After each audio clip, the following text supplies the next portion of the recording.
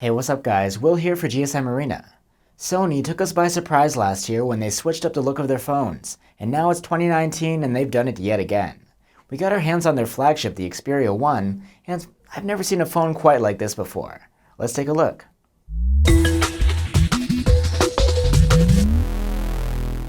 The Xperia 1 is made from Gorilla Glass 6 with an aluminum frame. Unlike the curvy, shiny, and rather slippery form factor of last year's Sony's, this one reminds me of the straight and boxy designs of years past. Still a little slippery though. The Xperia 1 does have its differences, the most notable one being its extra tall and narrow form factor. It all revolves around the new 6.5-inch OLED display with a unique 21:9 aspect ratio. The bezels and chin are quite small, and this is one of the few phones you'll find these days without a screen cutout for the selfie cam. The OLED screen has a whopping 4K resolution and supports HDR content. This display is nothing short of stunning, and the Xperia 1 brings plenty of Sony's proprietary tech to improve the viewing experience. For example, it can upscale and optimize content to better take advantage of the panel's high contrast and color palette. You might wonder at the 21:9 aspect ratio, but it's actually quite common in the realm of cinema. On the Xperia 1, you can watch films in the ultra-wide format, and there's actually already quite a bit of support on YouTube and Netflix.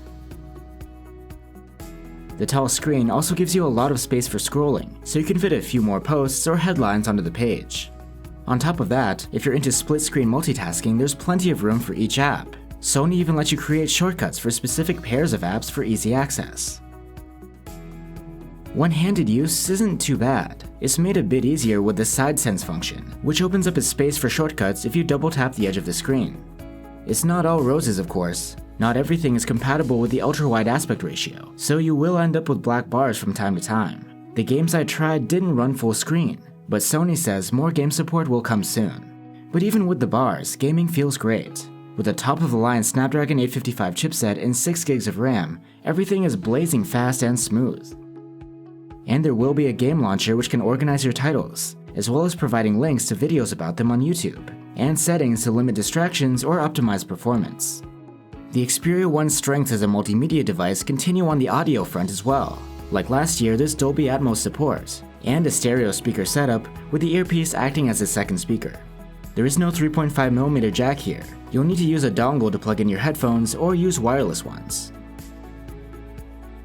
You'll have plenty of storage for your media, with 128 gigs of memory as standard, as well as a slot to expand it via microSD. The Xperia 1 has a 3300 mAh battery, and battery life should be good.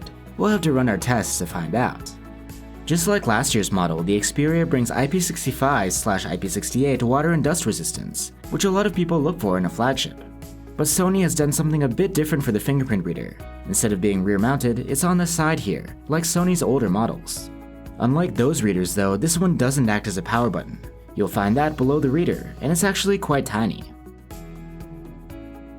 Another new feature on the Xperia 1 is the triple camera setup. There's a wide angle, telephoto, and an ultra wide angle cam, all at 12 megapixels. There are quite a few new features on the Xperia 1 that should make for a much better camera experience, including optical image stabilization and eye autofocus, which can lock onto a specific subject's eyes. Continuous burst shooting, with autofocus and exposure for each shot, and raw noise reduction are also quite intriguing. And you can record 4K HDR video at 21:9. There are plenty of recording and editing options available through the Cinema Pro feature. We'll have a lot more to say about the cameras in our full review. So there you have it guys, the Xperia 1 seems really different from last year's Sony phones, or really anything I've seen before. Forget those tiny incremental upgrades, Sony looks like it's making a big leap here. But what do you guys think of that ultra-wide form factor?